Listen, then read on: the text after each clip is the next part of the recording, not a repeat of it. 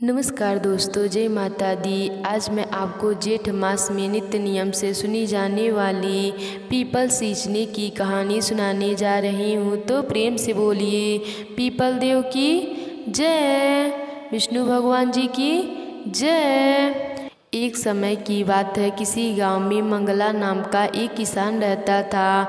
वह खेती बाड़ी से अपना घर चलाता। भाग्यवश जब भी उसके कोई संतान होती तो उसकी अकाल मृत्यु हो जाती। इस तरह मंगला के 6 बच्चे काल का ग्रास बन गए। इस दुखी से मंगला और उसकी पत्नी बहुत दुखी रहते थे। एक समय ऐसा आया जब मंगला के घर में बंधे पशुओं ने भी दूध देना बंद कर दिया तथा खेतों में फसल भी नाम मात्र का हो रही थी। अपने ऊपर आते एक के बाद एक संकट से वह दोनों बहुत चिंता में रहते थे। मंगला ने देखा कि खेत में स्थित पीपल का पेड़ सूखने लगा। फिर एक दिन वह दोनों पति पत्नी पीपल के उस पेड़ के नीचे बैठकर अपने ऊपर आए इस दुख और संकट की बात कर रहे थे। बात करते करते वह जोर जोर से रोने लगे। उनकी रोने की आवाज़ वहाँ से गुजर रहे एक महात्मा के कानों में पड़ी। महात्मा ने सोचा, ऐसी कौन सी आपदा है जो यह दोनों एक साथ रो रहे हैं। वह महात्मा पीपल के वृक्ष के नीचे बैठे किसान और उसकी पत्नी के पास पहुँचे। महात्मा को देखकर दोनों ने उन्हें प्रणाम किया। महात्मा के पूछने पर मंगला ने उन्हें अपनी आप बीती सुना दी। वह बोला, कई वर्षों से हम संतान का दुख झेल रहे हैं और अब अपने पशु और खेतों में लगे वृक्षों का दुख झेलना हमारे वश की बात नहीं है। उनकी ऐसी दशा को देखकर महात्मा बोले, तुम किसी प्रकार की चिंता मत करो। तुम्हारे खेत में लगा यह पीपल का वृक्ष तुम्हारे सभी दुखों का नाश करेगा। आज के बाद से तुम रविवार को छोड़कर अन्य 6 दिनों तक इस पीपल को दूध, जल और तेल से सींचना तथा संध्या के समय पीपल के नीचे तेल का दीपक जलाना और 7वें दिन यानी रविवार को पीपल में जल चढ़ाने की जगह दूध मिश्रित जल सूर्य भगवान को अर्पित करना। तुम्हारे ऊपर आया सारा संकट कट जाएगा। ऐसा कहकर वह महात्मा वहाँ से चले गए। मंगला ने महात्मा के कहे अनुसार अगले दिन से ही अपने खेत में थे पीपल को सींचना शुरू कर दिया और संध्या को वो पीपल के वृक्ष के नीचे तेल का दीपक जलाने लगा। देखते ही देखते मंगला के संकट कटने लगे। वह पीपल का वृक्ष फिर से हरा भरा हो गया। खेत में फसल लहलहाने लगी। पशुओं ने दूध देना शुरू कर दिया और 1 वर्ष बाद मंगला को पुत्र रतन की प्राप्ति हुई। दोनों पति पत्नी खुशी खुशी अपने पुत्र के साथ रहने लगे। उनके घर की दरिद्रता दूर हो गई। एक दिन मंगला को फिर से उन महात्मा के दर्शन हुए। मंगला और उसकी पत्नी ने पुत्र सहित महात्मा को प्रणाम किया और कहा, प्रभु आपके आशीर्वाद से हमें संतान सहित सौभाग्य सुख प्राप्त हुआ है। महात्मा बोले, यह मेरा आशीर्वाद नहीं बल्कि तुम्हारे पितृ पूर्वजों का आशीर्वाद है जिनका दोष तुम्हें लगा हुआ था। पितरों को खुश करने या उनकी शांति के लिए पीपल की पूजा सौर्यपरी बताई गई है। इसीलिए हर मनुष्य को पितरों की शांति के लिए पीपल में जल अवश्य अर्पित करना चाहिए। ऐसा करने से पितृ प्रसन्न होते हैं और घर में हर तरह की खुशहाली बनी रहती है। हे पीपल के देव, जैसे मंगला के कष्ट काटे वैसे ही कथा को सुनने वाले, सुनाने वाले, हुंकार भरने वाले सब पर कृपा बनाए रखना। सबको सुख शांति और समृद्धि देना। तो प्रेम से बोलिए पीपल देव की जय। एक पौराणिक कथा के अनुसार ऋषि पिप्पलाद के माता पिता की मृत्यु शनि की महादशा के कारण अल्प आयु में हो गई थी, जिससे क्रोधित होकर ऋषि पिप्पलाद ने पीपल के पेड़ के नीचे कई वर्ष तक केवल पीपल के पत्ते खाकर ब्रह्मदेव का तप किया। ब्रह्मदेव ने प्रसन्न होकर उन्हें वरदान में ब्रह्मदंड प्रदान किया।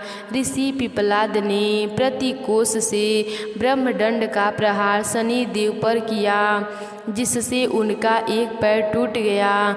शनिदेव जीवन भर रक्षा के लिए भगवान शिव की शरण में जा पहुँचे। भगवान शिव ने ऋषि पिप्पलाद का क्रोध शांत कराते हुए वरदान दिया कि शनिवार के दिन जो भी पीपल के पेड़ का पूजा करेगा, शनि की महादशा का उस पर दुष्प्रभाव नहीं होगा। तो प्रेम से बोलिए पीपल देव की जय। एक अन्य पौराणिक कथा के अनुसार स्वर्गलोक पर असुरों का राज हो गया था, जब कैटभ नाम का एक राक्षस पीपल के पेड़ का रूप धारण कर यज्ञों को नष्ट करने लगा।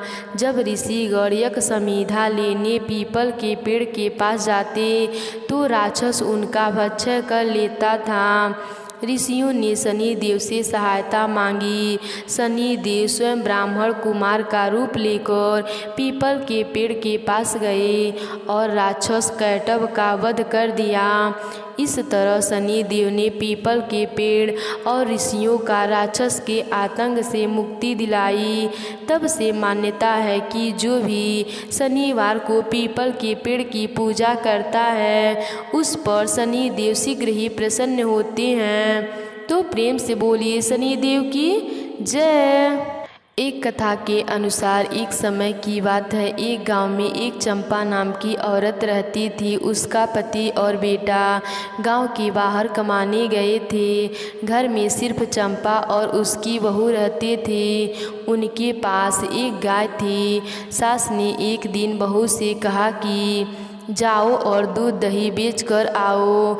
बहू भी इससे पहले घर से बाहर कुछ बेचने नहीं गई थी, लेकिन सास को कैसे मना करे, इसीलिए दूध और दही की मिट्टी के घड़े में लेकर बेचने निकल गई। रास्ते में उसने देखा कि कुछ औरतें पीपल पथवारी सींच रही हैं। यह देखकर वह उनके पास गई और उनसे पूछने लगी कि यह तुम क्या कर रही हो। वह औरतें बोली, हम पीपल पथवारी सींच रहे हैं। बहू को इसके बारे में कुछ भी पता नहीं था। उसने यह सब पहली बार देखा था। उसने पूछा, ऐसा करने से क्या होता है। औरतों ने बतलाया कि यह पीपल देव को प्रसन्न करने के लिए किया जाता है और पीपल देव खुश होकर हमें अन्य धन सुख वैभव की प्राप्ति होती है। यह सब सुनकर बहू बोली, तुम पानी से सींच रही हो, उसके जगह मैं दूध से सींचूंगी। अब बहू सच्चे मन से रोज सारा दूध दही पीपल पथवारी को चढ़ा देती। थोड़ी देर उन औरतों के पास बैठकर जेठ मास की कथा कहानी सुनती और उधर उसकी सास सोचती कि बहू दूध दही बेचने कहीं दूर गई है, इसीलिए उसे देरी हो रही है। एक दिन सास बहू से पैसे मांगने लगी तो बहू बोली, सासू माँ, सेठ जी महीना ख़त्म होने पर हिसाब करेंगे, तब मैं सारा पैसा लाकर आपको दे दूंगी। एक महीना पूरा हुआ तो बहू को डर लगने लगा कि अब वह क्या करे। अगर सास को पैसे नहीं मिले तो वह बहुत नाराज़ होंगी। वह पीपल के पास बैठकर ज़ोर ज़ोर से रोने लगी। पीपल ने उससे पूछा, तुम यहाँ बैठकर क्यों रो रही हो। तो वह बोली, मेरी सास दूध दही के पैसे मांग रही है। तो पीपल देव बोले, मेरी मेरे पास तो पैसे नहीं है, लेकिन यह पत्ते हैं, यह सब ले जाकर अपने गोलक में रख देना। बहू ने ऐसा ही किया। शाम को उसकी सास ने पूछा, बहू पैसे लाई हो? वह बोली, हाँ माँ जी, मैंने पैसे लाकर गोलक में रख दिया है। सास ने गोलक फोड़ी तो देखती है कि उसकी आंखें फटी की फटी रह गई। गोलक में हीरे मोती जगमगा रहे हैं, पत्ते धन दौलत में बदल गए हैं, जिन्हें देखकर सास बोली, इतना धन कहाँ से आया? यह तो दूध दही के कीमत नहीं लगते। तब बहू ने सारी बात अपनी सास को बता दी कि मैं दूध दही से पीपल सींच रही थी और जब मैं रो रही थी तब पीपल देव ने मुझे पत्ते दिए और गोलक में रखने को कहे, जो हीरे मोती बन गए। अब सास ने सोचा, पीपल किसी एक पे तो कृपा करेंगे नहीं, और वह बोली, अगले दिन से मैं भी पीपल सींचूंगी। अगले दिन जब आया तो सास ने दूध दही लेकर उसे बेचने निकल गई। रास्ते में उसने सोचा, सारा दूध दही पीपल में डालने से क्या होगा? वह तो बेकार में बर्बाद हो जाएगा। इसीलिए मैं दूध दही को बेच आती हूँ। दूध दही बेचकर दूध दही के बर्तन धोकर पीपल में चढ़ा दिया करूँगी। जब 1 महीना बीत गया तब सास ने बहू से कहा, बहू मुझसे पैसे मांगो।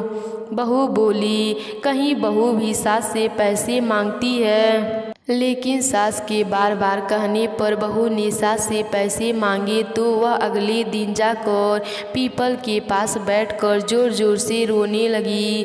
तब पीपल देव रोने का कारण पूछा तो चंपा बोली, मेरी बहू मुझसे दूध दही के पैसे मांग रही है। तब पीपल देव ने कहा, मेरे पास तो पैसे नहीं है, पर पत्ते हैं, इसे ले जाकर अपने गोलक में रख देना। सास ने ऐसा ही किया।